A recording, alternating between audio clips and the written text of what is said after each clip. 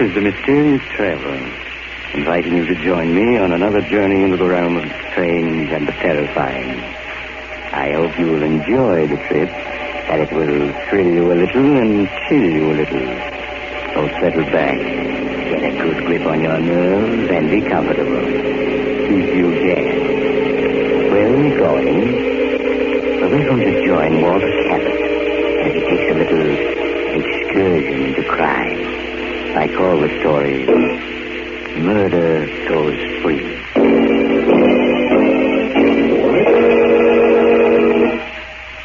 Late one foggy evening several years ago, as I was walking along one of the main streets of a large city, I was stopped by an elderly man who seemed unusually agitated.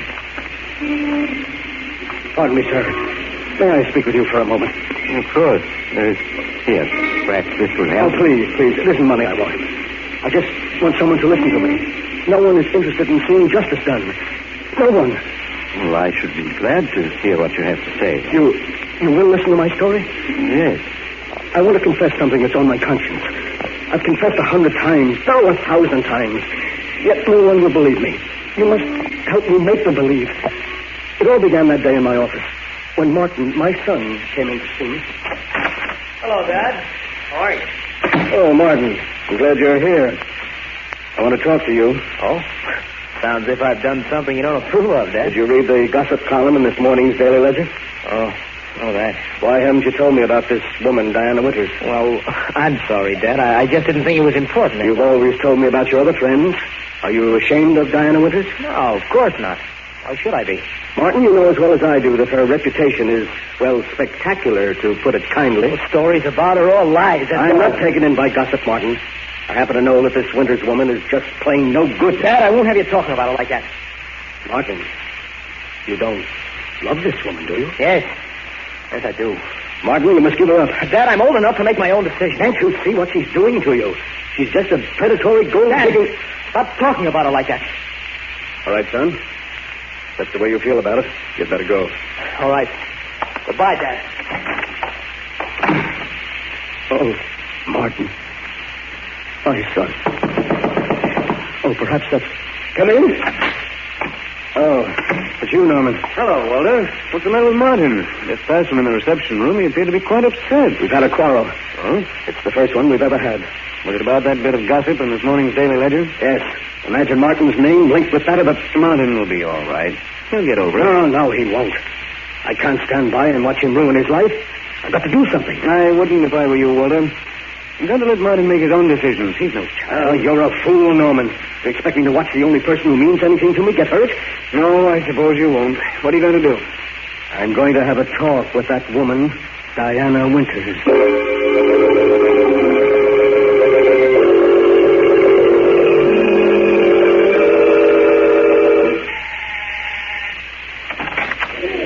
Hello. Oh, good evening.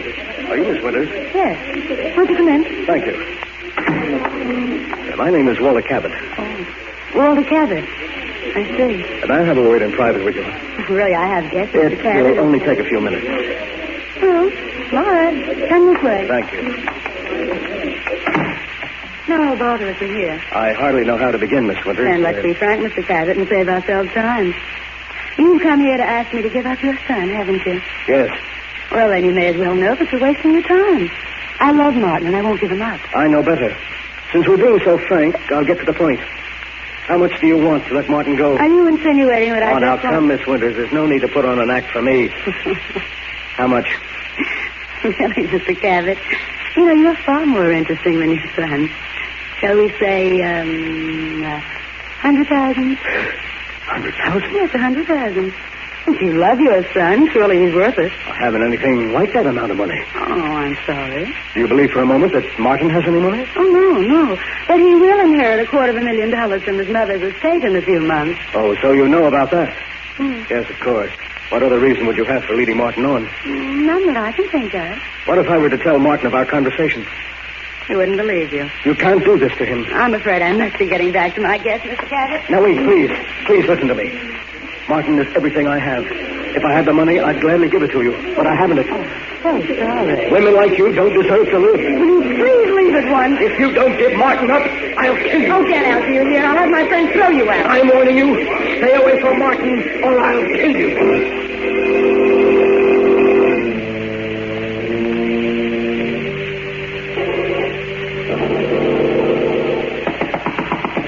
Come in. Dad, Diana told me you tried to bribe her to give me up. Is that true? Yes, Martin, it is. You did that after I told you I loved her? Yes, because I know she doesn't love you. And why weren't you able to buy her off? Because she wanted $100,000. You're lying. She never asked you for 1 cent. Have you ever known me to lie to you? Dad, I told you I was fully capable of making my own decisions, and I meant it. An hour ago, I asked Diana to marry me, and she accepted. You're going to marry her? Yes, just a few days. So you're going to ruin your life for a cheap gold digger? Dad, I told you not to speak about her like that. When you feel differently, Diana and I will be happy to see you. Get out. Get out, do you hear? All right, I will. After all these years, and everything I've tried to do for him. Well, Walter, were you able to do anything? No. I'm not going to let him ruin his life, do you hear? But what can you do? If there's no bride, there can be no wedding. If there's no bride? Walter, you don't mean you... Why not? Can you think of anyone who deserves less to live? You're mad. For years, my hobby has been the study of famous murders. I've studied hundreds of cases closely. In each case, I was able to pick out the flaw that prevented it from being a perfect crime. And then one day, I began to work out a perfect crime for myself. Walter, what are you saying? I was merely doing it for fun, just as some men do crossword puzzles. But, Norman, I did hit upon a way to commit a perfect murder. And now I have a motive. You must stop talking like that, Walter. There's no such thing as a perfect crime. You're wrong, Norman. And I'm going to prove it. Walter, can't you see that what you want to do is insane? It's far better that Martin marry that woman than for you to become a murderer. No. If Martin were to marry that woman, it would be the end for both of us. At least this way I can be certain that his life won't be ruined. And that's all that counts. As for the police, Norman, they'll never catch me. Never.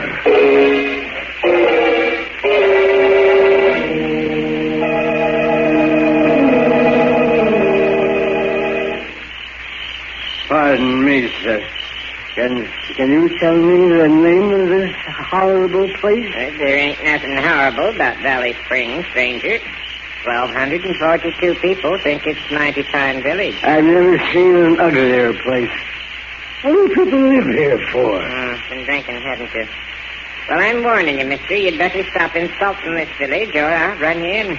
I'm the village council. Oh, so you're going to get rough, eh? Well, take this. Hey, I'll learn you to push the law around. You're under arrest for drunkenness and disorderly conduct. You and me are going to see George Hutchins, Justice of the Peace.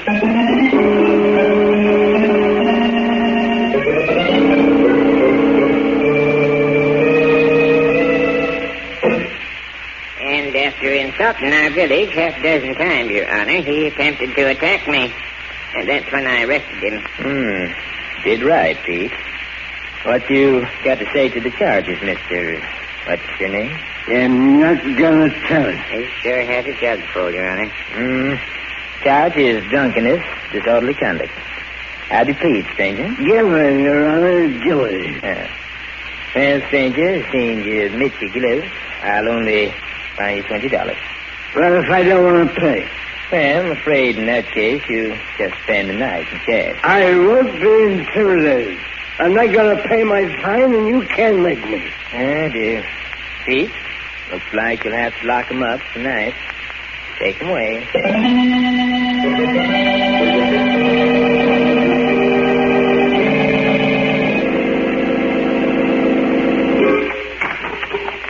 Well, stranger, now you can see what the inside of our jail looks like. Good. It still ain't too late to pay your fine. Don't you want to pay it and sleep in a nice, soft bed? No, I like it here. Which of the two cells is mine? Well, you take the one on the right, and I'll sleep in the other. I got to guard you. Go ahead, get in so I can lock the door. Just as you say, Constable. Now, I don't want to hear anything out here till morning. I'll have enough trouble sleeping in here without you bothering me. I'll be so quiet, Constable, you won't even know I'm here. You dream.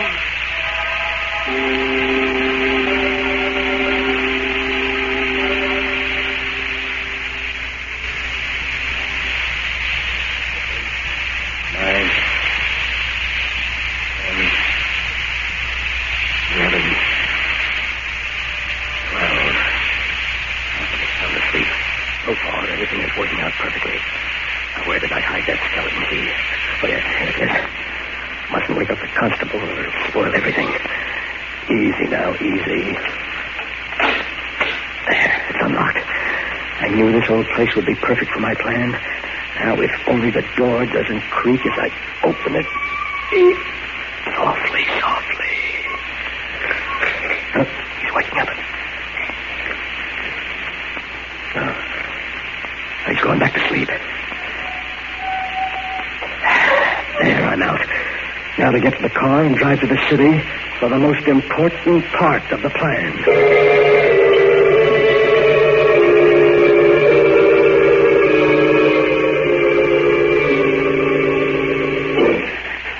Who's there? Who's there? Perhaps if I turn on the lights, Miss Winters. You. Yes, Martin's father. What do you mean by breaking into my apartment? What do you want? What do I want? You remember what I said to you the other night? Oh, what you said? Oh, no, And I'll refresh your memory. I said I'd kill you if you didn't give Martin up. You wouldn't dare. Oh, but I would. Oh, my friend heard you threaten me. You get the chair. I don't think I will, Miss Winters. Why are you looking at me like that? You're just trying to frighten me, aren't you? I tried to reason with you, but you wouldn't listen. You should have. No, you can't kill me. Stay away from me. Stay away from me, do you hear? It's no use trying the door. I locked it when I came in, and I have the key. Please listen to me. I'll do anything you want. I'll give Martin up. I'll go away. You had your chance. You wouldn't take it. No. Don't get away. Don't touch me. I'm free.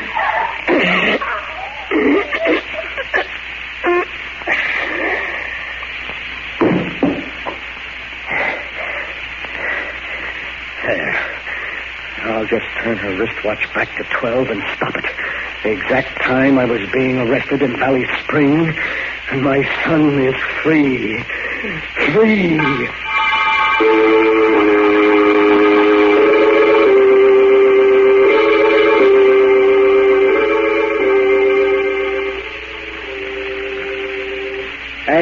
Hey, Constable! Constable, wake up, wake up! I want another drink. Wake up, will you? Wake up. What's all this noise about? Oh, my back. Hey, what's the idea waking me up, boy? It ain't even dawn yet. I want another drink, and I'll take it straight. Oh, go to sleep, you hear? It's 4 o'clock, and you ain't getting out of here till late in the morning. You got 4 hours yet. Now, I don't want to hear any more out of you. Oh. Just so you say, Constable. Anything to oblige a gentleman. 4 hours more.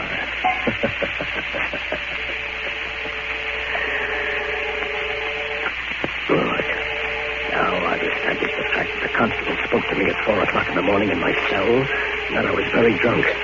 Oh, a perfect crime. Everything's worked out exactly as I planned. The police will never be able to prove a thing.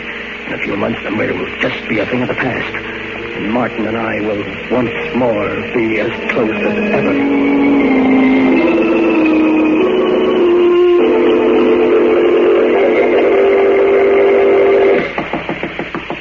Come in.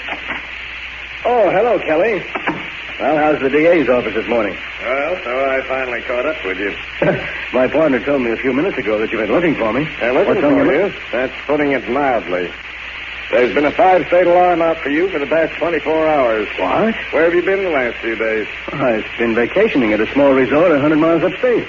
Kind of sudden vacation, wasn't it? What? Even your partner didn't know where you were. Well, I went there on the spur of the moment. Oh, you did, huh? Yes. And where were you on the night of the 22nd? The night Diana Winters was murdered. Say, I read about that, Kelly. That's rather an Stop stalling. Where were you? Frankly, Kelly, I don't recall where I was that night. I'm afraid I was a little drunk. You're going to have to do better than that for the DA. Oh? Well, I'm afraid I won't be able to. I really can't remember where I was that night. Cabot, I think you're going to wind up in a place you're not going to like. In the chair. Set your hat. We're going down to headquarters. That sounds serious.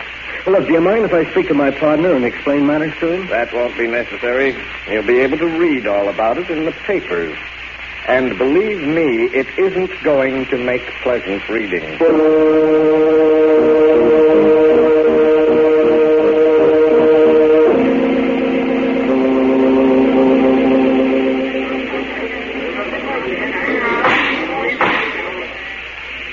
A dozen witnesses have testified that the defendant, Walter Cabot, threatened to kill Diana Winters.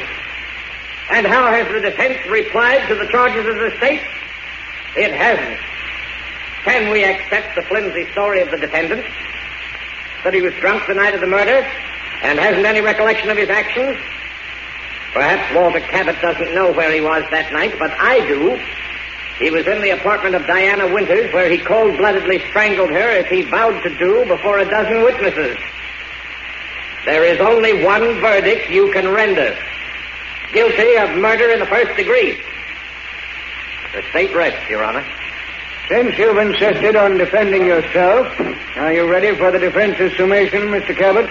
Your Honor, I've often observed the strange twists of fate by which a man is saved or condemned. My inability to recall any of my actions on the night of the 22nd left me without a defense. Yesterday, frankly, I regarded my case as being hopeless. Today, however, through a twist of fate, I have received a new lease on life. I'm now prepared to prove my whereabouts on the night in question. I should like to call upon a witness for the defense. You'll have the court's permission. Thank you, Your Honor. I wish to call Peter Wilk to the stand. Peter Wilk to the stand. Here I am. Raise your right hand, please. You solemnly swear to tell the whole truth and nothing but the truth, help you God? I do. State your name and occupation, please. Peter Wilk. I'm constable for the village of Valley Springs. Mr. Wilk, will you tell the jury exactly what you told me this morning? Well, yesterday, George Hutchins, he's our justice of the peace, and myself were looking at a city newspaper. And in it we see a picture of a man, Mr. Cabot, right on the front page. It says he's being tried for a murder committed on the night of January 22nd. Well, George and me recognizes him right away as the fellow we locked up in our jail that night on a drunken and disorderly charge.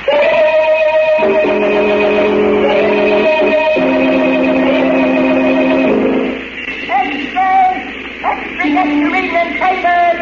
Walter Cabot acquitted. Read all about it.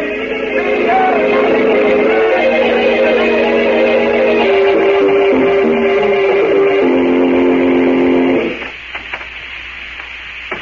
Martin. Hello, Dad. How are you, son?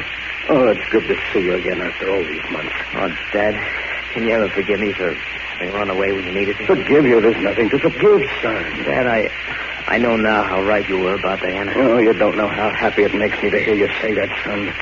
I've been through a great deal lately, but it doesn't matter now that I have you back. Oh, Dad, I'm glad to be back. I promise you I'll never let you down again. Oh,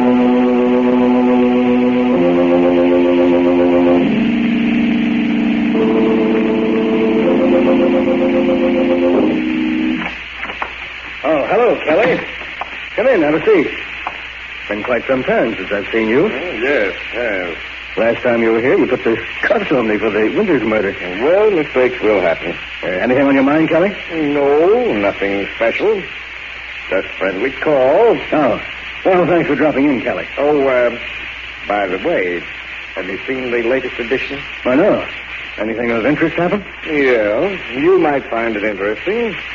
It could mean a client for you. Oh, really? What's happened? Well, here's the late paper. Read it for yourself. Oh, thanks. New suspect held for Winters' murder. Oh, no. Oh, it can't be. Why not? If you didn't kill Diana Winters, someone did. And we've got that someone down at headquarters. But you must be mistaken. What evidence have you got? Evidence? Yes. Oh, well, we can prove the guy we've got was at Diana Winters' apartment that night. What's that? But he was seen leaving just after midnight, after a whale of a quarrel with her. Quarrel? What about? Oh, usual thing. We both know what Diana was. Two-timing gold digger. Yes, of course. She had plenty other boyfriends than your son. Only none of them knew about the others. But Yes, but- that night, the guy who killed her found out a few things about her and bumped her off. No. I don't believe it. I told you he left right after midnight, didn't I? That's right. Well, her watch was found on the floor where she dropped it during that fatal struggle. Stopped just at 12. And that watch is going to hang the guy. We may have been wrong in your case, but this time we have the right man, and we'll make it stick. Even though the evidence is circumstantial. Well, I'd better be running along. Good night. And I Keep the paper. You might want to read the whole story. New suspect held for Winter's murder. District Attorney uncovers apparently conclusive evidence of guilt. That can't be. I had it planned perfectly so that no one could be held for it. There's no such thing as a perfect crime, Walter. The murderer always overlooks something. No such thing as the perfect crime. Murderer always overlooks something. Norman said that. But I knew better. And now an innocent man has been arrested for my crime. Whoever he is, he's innocent. I must save him. Yes. I can't let him die.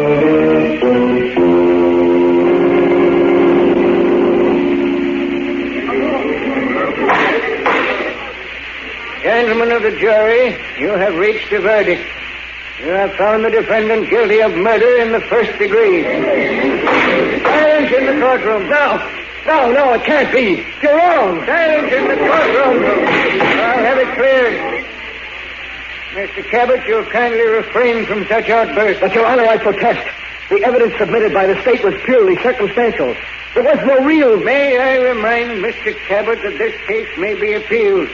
Your oratory is quite uncalled for. But the prisoner is innocent, Your Honor. You haven't any right to... Another such outburst, Mr. Cabot, and I'll hold you for contempt of court. Your Honor, the defendant was convicted on purely circumstantial evidence. But I have positive proof of his innocence. Why did you wait until after the jury rendered a verdict to make this statement? I hoped, Your Honor, that the defendant would be acquitted and I wouldn't have to reveal my proof of his innocence, but I would like to do so now. Yeah, this is highly irregular, Mr. Cabot.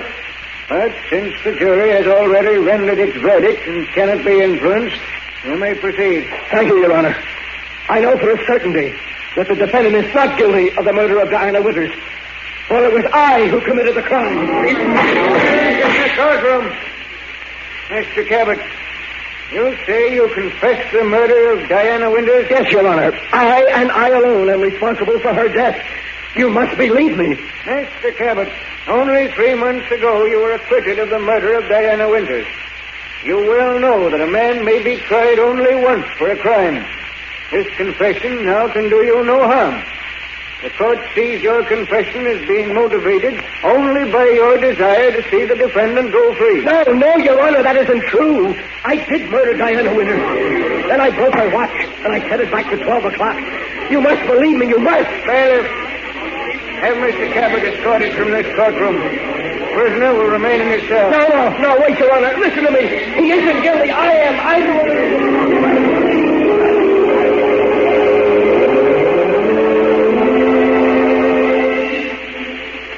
Since that day in court, I've confessed 1,000 times, and yet no one will believe me. No one. But you, sir, you will help me, won't you? We can't let an innocent man die for a murder I committed. No, of course not, but I hardly see how Every minute that passes brings him closer to the end. We must save him. We must. If you only help Hello, Cabot. Oh, Kelly, I was just telling this gentleman here my story. We can't let an innocent man go to the electric chair. Kelly, you're a smart man. You believe I murdered Diana Winters, don't you? Yes, I do. You do? Then you'll help me save him? People wouldn't believe me any more than they do you. But they would, Kelly, they would. Why should they believe your story? You can't be tried again for the murder of Diana Winters. And what man in your position wouldn't confess to save his own son? But he's innocent, Kelly. Martin, my son is innocent. He was convicted only because he was near her apartment that night. And now there's so little time to do anything. The execution is set for midnight, and it's already... It's 12 already. No. I'm sorry, Cabot. He's so wretched. Oh, my son. My son.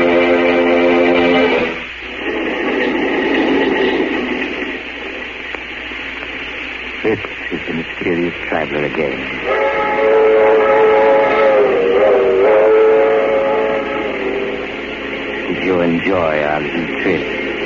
Too bad about poor Walter Cabot, wasn't it? Such a brilliant man. But his own intrigue sent the one person he loved to the electric chair. As the city hall clock tolled midnight, Walter Cabot must have heard his partner's warning. There is no such thing as the perfect crime. The murderer always overlooks something. So, if by any chance you're contemplating murder, I suggest that you stop and think it over. Perhaps you'll find to your sorrow that you... Oh, you're getting off here. I'm sorry. But perhaps we'll meet again soon.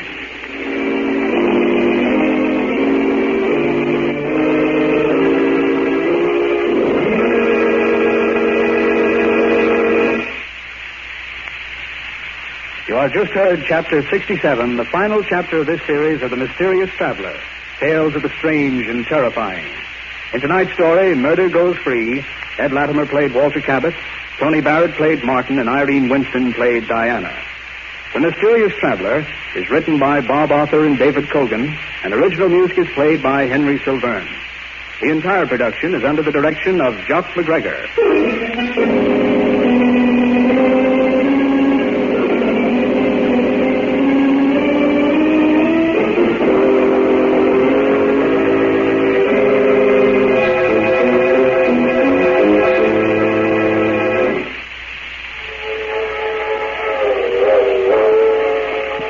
The Mysterious Traveler is presented from our New York studios. This concludes the present series of The Mysterious Traveler. Next Saturday evening at 9:30 Eastern Wartime over most of these stations, Mutual will present a new program, radio's first nationwide audience participation mystery series.